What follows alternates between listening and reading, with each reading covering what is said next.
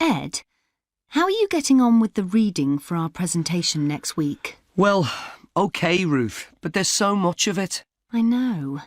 I hadn't realised birth order was such a popular area of research. But the stuff on birth order and personality is mostly unreliable. From what I've been reading, a lot of the claims about how your position in the family determines certain personality traits are just stereotypes, with no robust evidence to support them. OK, but that's an interesting point. We could start by outlining what previous research has shown.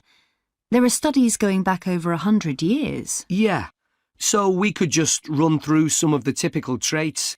Like the consensus seems to be that oldest children are generally less well-adjusted because they never get over the arrival of a younger sibling.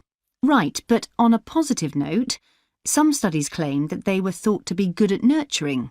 Certainly in the past, when people had large families, they would have been expected to look after the younger ones. There isn't such a clear picture for middle children, but one trait that a lot of the studies mention is that they are easier to get on with than older or younger siblings.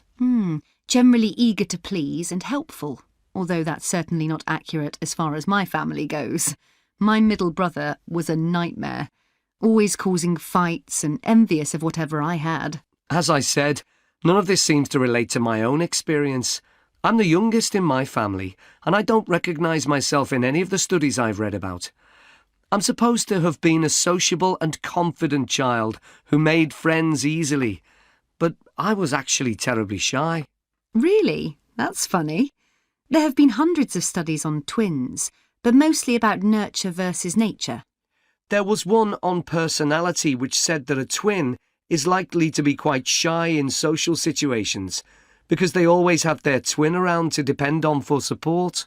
My cousins were like that when they were small. They were only interested in each other and found it hard to engage with other kids. They're fine now, though. Only children have had a really bad press. A lot of studies have branded them as loners who think the world revolves around them because they've never had to fight for their parents' attention. That does seem a bit harsh. One category I hadn't considered before was children with much older siblings.